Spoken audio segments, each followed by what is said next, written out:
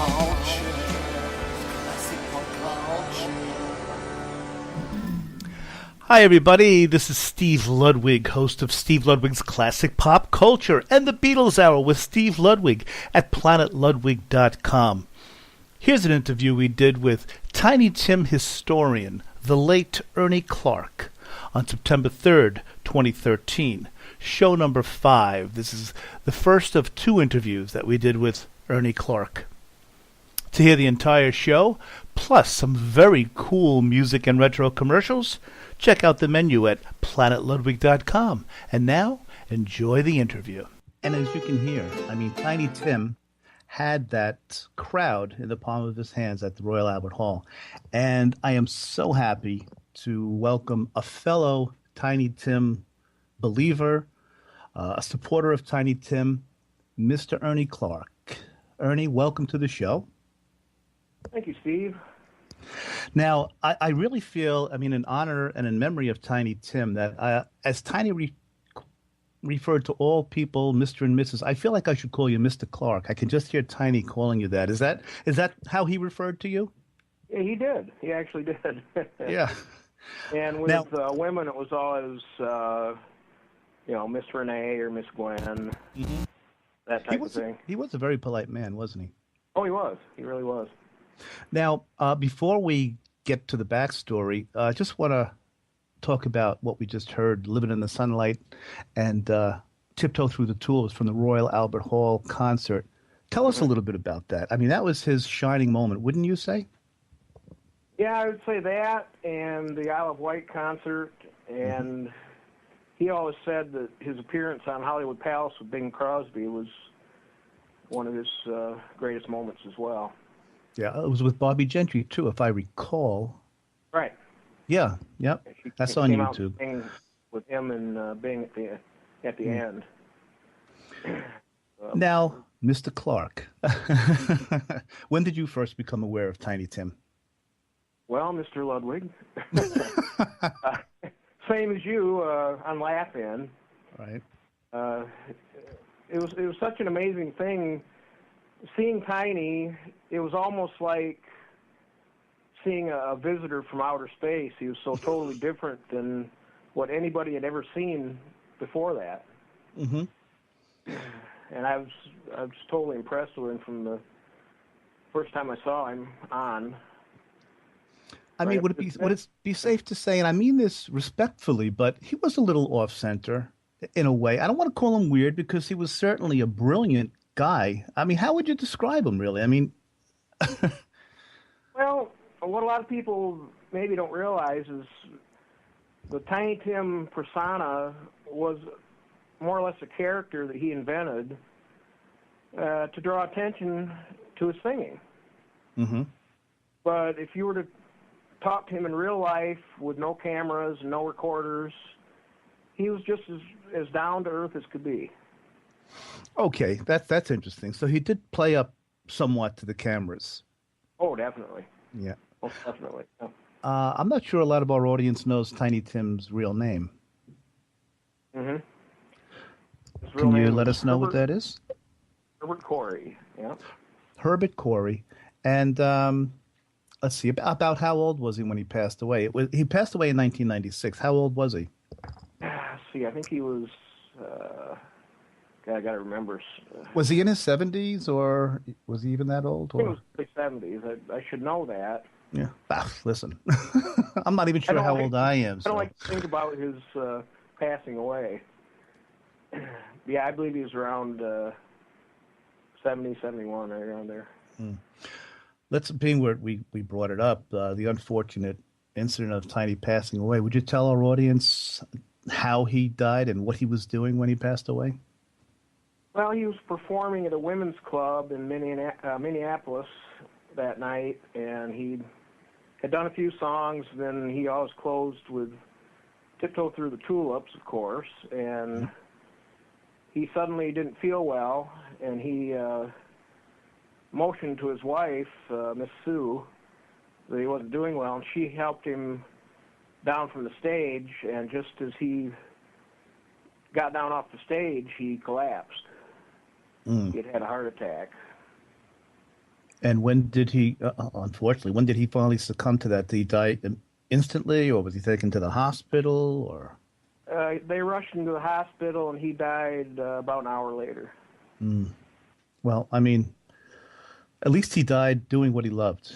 Wouldn't you? Wouldn't you agree? Oh yeah. He went out the way I'm sure all performers would want to. Right. Now you mentioned Miss Sue. Tiny had a few wives. His first one anyway. He got married on a very important TV show. Why don't you tell us about that? Yeah, he was married on the Tonight Show with Johnny Carson.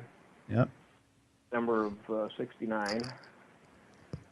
And his first wife's name was spot events ever on TV. It was right up there with the moonwalk. And do you remember watching that? I remember watching that. Oh yeah, I sure did. Yeah. You know, and I don't know how you felt, Ernie, but when I was watching it originally, I said, you know, they'd have to kind of joke this thing up or something, but it was straight. It was a beautiful ceremony. They played it straight. Yeah, it was very respectful, and Carson said right from the beginning, you know, we'll pay for everything, and it'll be a respectable, nice wedding, and up to his word. Tiny was 64, by the way, when he passed away. Oh, 64. Oh, my gosh, so young. Wow. Yeah. I don't know why I thought he was, his first marriage unfortunately didn't work out. What happened with that between he and Miss Vicky? Well, she liked Tiny enough, but I think she was wanting to be famous. And she even told one of Tiny's assistants one time that the only reason that she married him was for the fame. Oh. And I really believe that. From all indications, was Tiny in love with Miss Vicky? Yeah, definitely at first, but I think as the years went by, he grew tired of her, which he even said. So. Now, how many times was he married, by the way, Mr. Clark? 3 times. 3 times. And yeah, I hope you don't mind me bringing this up, but it's such a big part of his persona. His sexuality. Was he a lady killer? Did he love women? I mean, he married 3 women. But the only reason I bring it up, I believe live and let live. But it just seems to be, it's almost a dichotomy. He came across as effeminate, if I may use that word. Yet he really was a ladies' man. How can we put that in if the term perspective? Lady killer was in the dictionary, Tiny's picture would be next to it. Yeah, isn't that something? Yeah. There was nobody that was more crazy about the women than Tiny, and he had a different one in every town. Wow. And even the week that he was marrying Miss Vicky on the Tonight Show, he came close to running off to be with a girl out in California. Oh, you're kidding. Wow. Yeah. And there was never any shortage of women when it came to Tiny. But that whole kind of effeminate thing was just another part of that character that he had created. Mm-hmm. He was crazy like a fox, as the saying goes. Would that apply? Right. Yeah, no, he was definitely heterosexual. Mm-hmm. I know. Not that it mattered, but I only reason I brought it up was because he presented himself the way he did, and I know that many of his fans or people would be wondering that. Now, well, if you noticed early on when he was first on Laugh-In and on Carson and all the other shows, he acted much more effeminate on those shows than he was acting even by the end of 1968. When you see him on Ed Sullivan, he had dropped the whole kind of persona. And also, Ernie, skip ahead to the 1990s when he was on Howard Stern's show quite a bit. I mean, he was just a very cool interview, just a regular guy talking to Howard Stern, wouldn't you say? Yeah, that was really closer to the real Tiny that you would see off camera, and he was just very down to earth on that show, just like he was when he visited me and my mother at my house here in Battle Creek back in '95. Yeah, that's a great point right here. How did you first meet Tiny, or where did you first meet Tiny? When? Take us through the whole thing, please. Well, the first time that I spoke to him was in May of '93 on the telephone. A local friend of mine here and fellow Tiny head, Kathy Beck, had mentioned that she would love to see Tiny live again. He had been here in, I believe it was '87, as part of the circus, and she saw him there, but from that point on, she always wanted to see him live again. And I said, well, let me see what I can find out. So there had been an article in the National Enquirer about him, so I called the National Enquirer and asked for the person that wrote the article, and they gave me Tiny's phone number in Des Moines, Iowa. He was living at the Hotel Fort Des Moines at the time. So I called the number, and a person answered, and I said, I would like to speak to Tiny Tim. And the person said, well, this is Fred Farmer. And little did I know that it was one of Tiny's aliases. So you were speaking to Tiny? Once he kind of realized what I was calling about, he told me who it really was. And it was amazing. Did he sound like Tiny when he said he was Fred Farmer? Just say, hey, this guy sounds like Tiny Tim, or did he kind of disguise his voice? Oh, he definitely disguised his voice. He's hot stuff. Oh yeah, he was amazing. Do you think he was too trusting of some people? Do you think people took advantage of him? Oh, every day of his life. Oh, what a shame. Yeah, there was never a time when he didn't have a manager that was stealing him blind. Oh. From the time he first had managers right up till the day he died, they were all scoundrels. Every last one of them. What I mean, I hate to. I don't even want to ask you some of the negative things, but don't you feel that? I don't know. He was just. I feel he was presented incorrectly. I mean, he was such a musical genius, and I'm not just saying genius, but he was a walking encyclopedia. He could do all styles. Do you think he was presented more as kind of a novelty or a goofball? I hate to use that term too, but he certainly wasn't presented the way he should be. I don't feel. How do you feel? Well, he kind of was considered a novelty act, I guess, but it went so much deeper than that with his back catalog of songs that went from the 1800s right up to the current day. Mm-hmm. And he could meet a person, and no matter what their name was, he could sing a song to them that had their name in it. Mm. It was amazing. You know, you mentioned a few minutes ago he was in a circus for a while. What was that all about? It was the Allen C. Hill Circus, and they traveled. It was pretty much, I think, along the East Coast and in the Midwest. I'm not sure if they went out west, but he did that 2 or 3 different times over the years. Mm-hmm. And he'd come out and do about, I'd say, a 12-minute medley of old songs, and that was his part of it. How many times had you seen him live? I saw him once. I was lucky enough. How about yourself, Ernie? Well, just the time that he was here in Battle Creek, he did 5 shows at a local club here, and I got to see a couple of the 5. Mm-hmm. I was taking care of my mother at the time, and it was hard for me to get away. Mm. She'd had a number of strokes, and it was always hard to find someone to stay with her so that I could get out and do things. Mm-hmm. There was there was a time I teach in a town called North Bergen, New Jersey. To some of my listeners who don't know, I'm a teacher in my other life, and his mom, Tiny's mom, lived in North Bergen in the senior citizens home for a time. Ah. So, yeah, so I unfortunately I never got to meet either Mrs. Corey or Tiny, but yeah, that's a little connection I have without even being connected.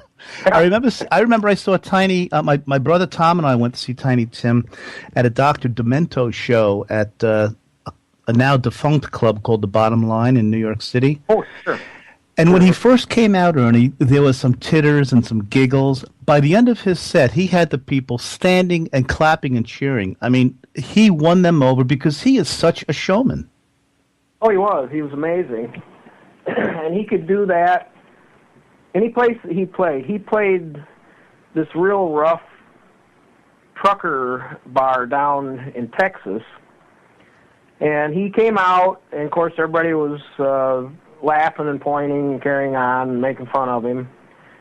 And by the third song, all these ruffians were yelling, "We love you, Tiny," and they were just totally blown away by his act. Yeah. He could win anybody over. Boy, could he ever. I mean, he had that Bottom Line crowd. Oh, my goodness. What do you think Tiny's place? Now we still have some. I still have so many questions for you. What do you think Tiny? I'm thinking of my brother Tommy. What do you think Tiny's place is in rock and roll history?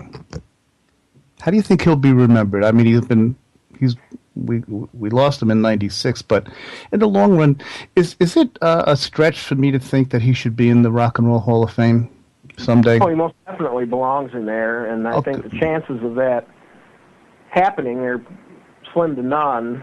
Mm-hmm. Just because of how people view him. They just view him as a one-hit novelty wonder, and it's a shame because he inspired a lot of bands, Kiss and Alice Cooper for one. Mm-hmm. Kiss got the idea for their face makeup from Tiny because early on he used to wear the pancake makeup. Right. And that was something that inspired Kiss. And of course, Alice Cooper was kind of in that same thing. And I know the Rock and Roll Hall of Fame is big on influences. Like they decide who their members should be on the influence they had on others. I mean, right. just the ukulele alone, which is enjoying a renaissance of sorts now. I mean, that alone, I think, warrants Tiny being in the Rock and Roll Hall of Fame. I know you feel he should be in there, but wouldn't you credit Tiny with the ukulele renaissance of today? Well, certainly a big part of it, and he's mentioned anytime you hear about all these ukulele festivals, and I mean, he's certainly got a huge following. Mm-hmm. I wonder, is there a ukulele Hall of Fame? I know I should know this, and I wonder if Tiny is in it, if there is one. Ukulele Hall of Fame? Yeah. Yeah, there is actually. I hope Tiny's in there. I don't know if you know or not, but he belongs in there at least. Yeah, he is a member there. Okay, yeah, well, he certainly belongs for sure. A little while ago, Ernie, I mentioned when Tiny was on Howard Stern. I remember the first time Tiny was on, I think Howard kind of looked at him, kind of ridiculed him, but after subsequent appearances, Howard actually came around to saying Tiny was his all-time favorite guest. What did you think of the appearances of Tiny on Howard Stern?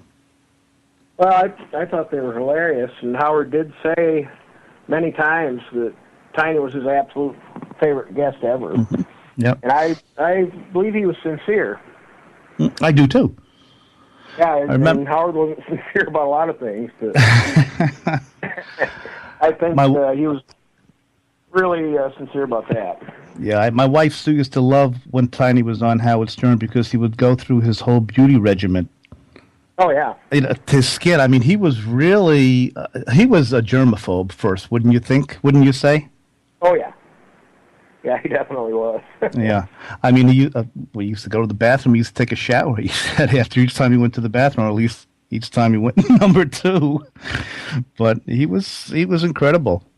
Now, besides Tiny's first and second albums, God Bless Tiny Tim and Tiny's second album, for those of our listeners who aren't that aware of Tiny, which CDs would you suggest?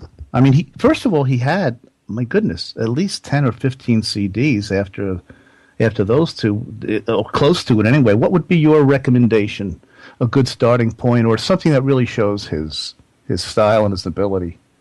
Well, I would go with the 2 albums were produced in Australia by his producer Martin Sharp. He's a famous artist in Australia. He did the artwork for some of the albums by Cream, did the cover for Israeli Gears, and a bunch of other famous album covers. But he produced some great music with Tiny, and he has in his collection over 1,000 hours worth of recordings of Tiny.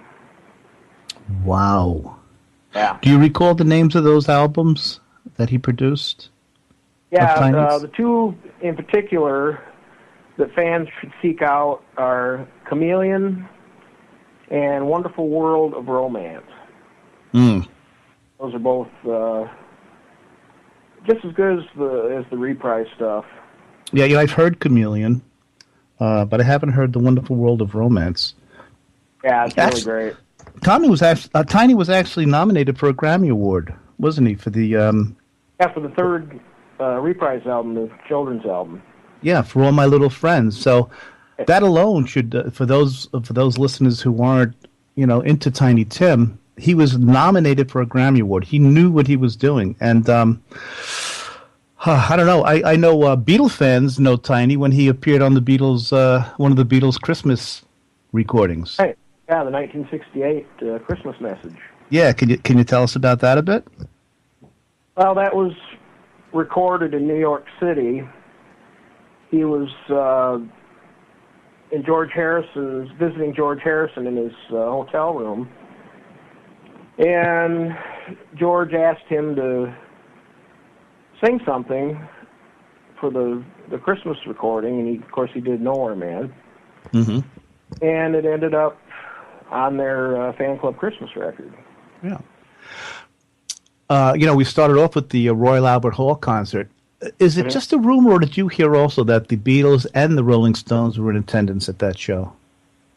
Yeah, Tiny mentions that during the show, but according to Richard Perry, now he tells me that is not true.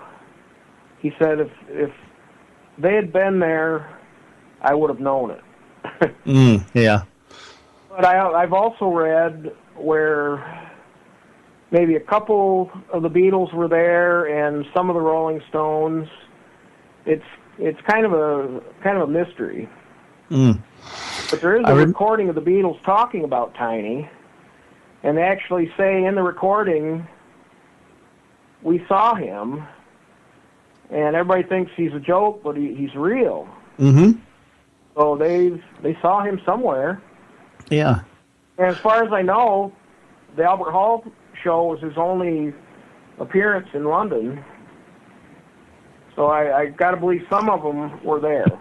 Yeah, I'm so glad as a fan of his that he was so well received then too. Mm-hmm. Yeah. Yeah. How about his Christmas album, Ernie? Is that a classic or what? Well, that was another album produced by Martin Sharp. Okay. In Australia, and yeah, and that's a classic album as well. Well worth picking up. I would also suggest "Prisoner of Love." Oh, the Russ Columbo tribute album. That's a great album. I always liked, and I listened to it, many times. "Songs of an Impotent Troubadour." Yeah, that's another real interesting one. And all the songs on it, of course, Tiny wrote. Mm-hmm. And he also talks between the songs, doesn't he? Set them up? Tells little stories about the songs? He actually tells little stories about each one as he's performing them. Mm-hmm. And a lot of the time, they were girls that he would meet at the various clubs in Greenwich Village. Mm-hmm.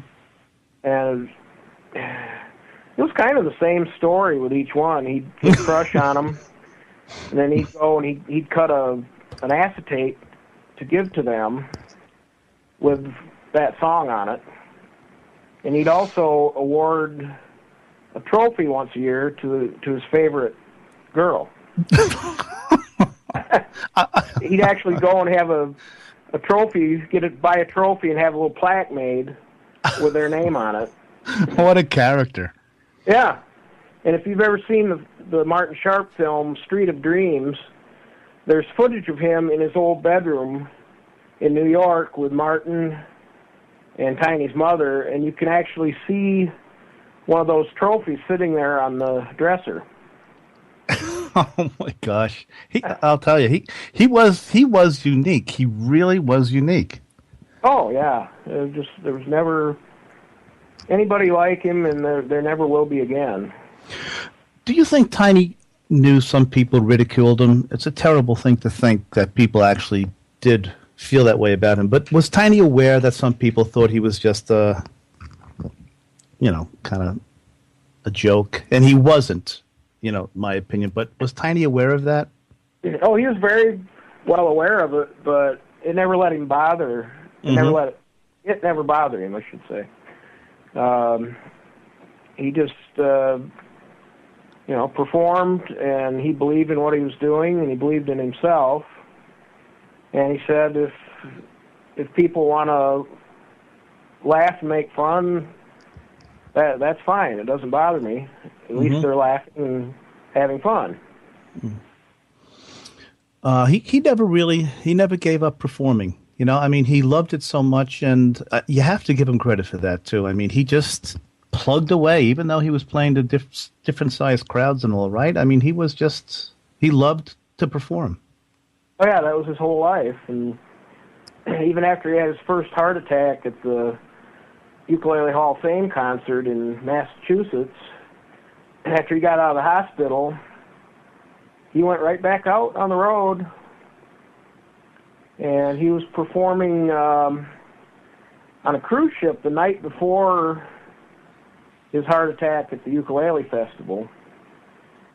But no, he never quit performing, and he performed right up to the night he died. He didn't take care of himself, which is a shame, right? He just kind of didn't listen to his doctors. No, he didn't. No. Besides the heart condition, what other ailments did he have? Just basically the congestive heart failure and the diabetes. Yeah. Before we go any further, too, Mr. Clark. By the way, I could just hear Tiny.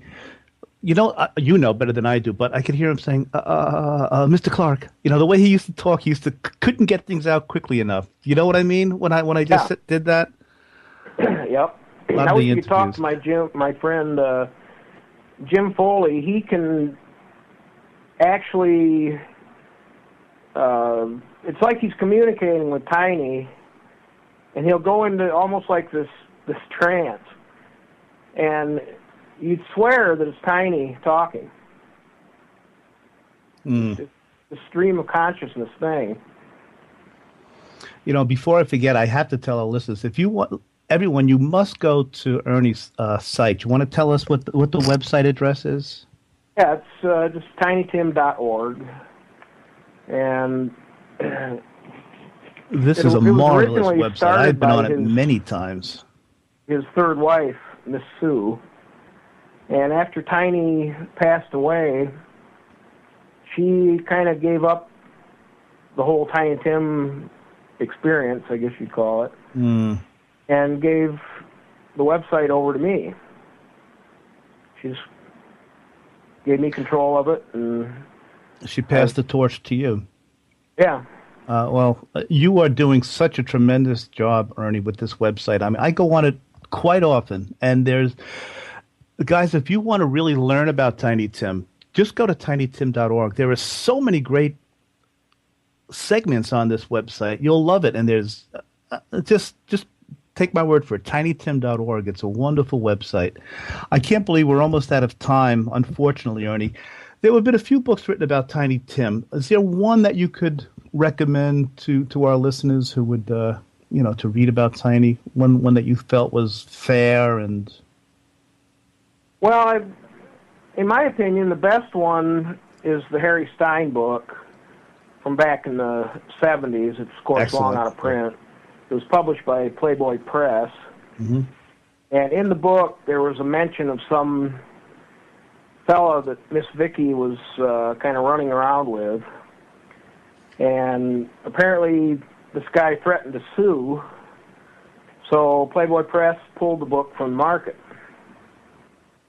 But that's an excellent book, and there's... I agree with you. I've read it. It is a very, very good book. Yeah, that's definitely the best one. There's another book that's coming out, hopefully, in the next few months by a friend of mine.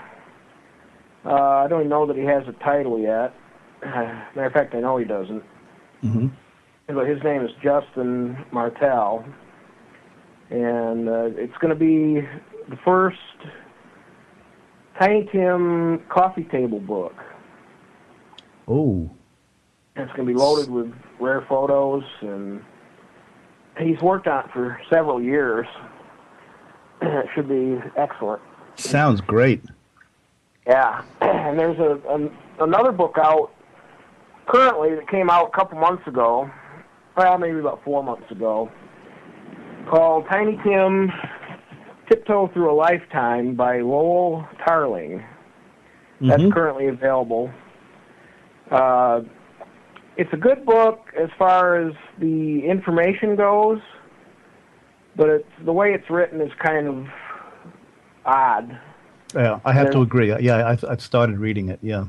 Yeah, and then there's a lot of typos, and it's a little bit confusing, but the information is right on the money. Mm-hmm, yeah. Whole New Tiny through Martin Sharp in Australia. And so I'd recommend that book. It's a little bit pricey, but... Yeah. Well, unfortunately, Mr. Clark, I can't believe 30 minutes has gone by this quickly. So, listeners, once again, tinytim.org. And, Ernie, we were emailing back and forth. I asked you to choose 2 songs that we could end the interview with. Do you want to introduce them? And then I'll unfortunately have to say goodbye to you. And hopefully you can come on again sometime, because there are so many more questions I'd love to ask you about Tiny. Would you, that'd would be great. You be so kind? Well, one of them was This Is All I Ask, the last track on God Bless Tiny Tim. And the other one was a non-album single, Hello, Hello. And what is it about those 2 songs? Yeah. I'm sorry, say again? I was going to say, what is it about those 2 songs? Just... well, This Is All I Ask is just a beautiful song. It's an older song that he covered. Harry Nilsson also covered it on his Standards album in the 70s, and he even said that Tiny's version was the best version ever. Mm-hmm. And Hello, Hello was just a happy record. I always got a big kick out of it. Yep. 2 great selections. Can I give a shout-out to some of my... absolutely. fellow Tiny Heads? Absolutely. Please do. There's Bill and Janet Pica, Kathy Beck, and, of course, Richard Perry, Gwen Rosewater, Renee Bowen, Jim Foley, and my friend in Australia, Hillary Quinn. These are all the top Tiny Heads that are out there. They're all fellow believers. Yeah, I'm in touch with really, all and I them. mean that sincerely. Tiny Tim is just tremendous. And Mr. Clark, I want to thank you so much for your time. tinytim.org. Everyone, please check out the website. It's so good. And as we say goodbye to Ernie, we're going to listen to Hello, Hello, and This Is All I Ask. Take care, Ernie. Steve.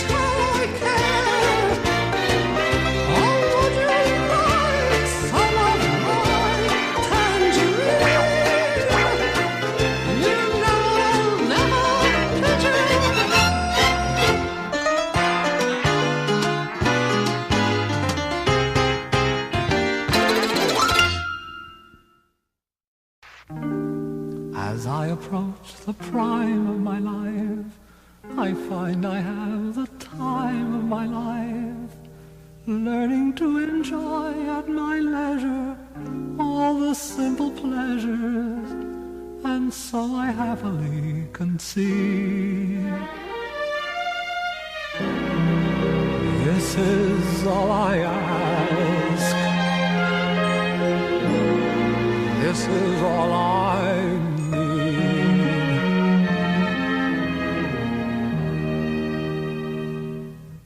Beautiful girls, walk a little slower when you walk by me. Lingering sunsets, stay a little longer with a lonely sea. Children everywhere, when you shoot at bad men, shoot at me.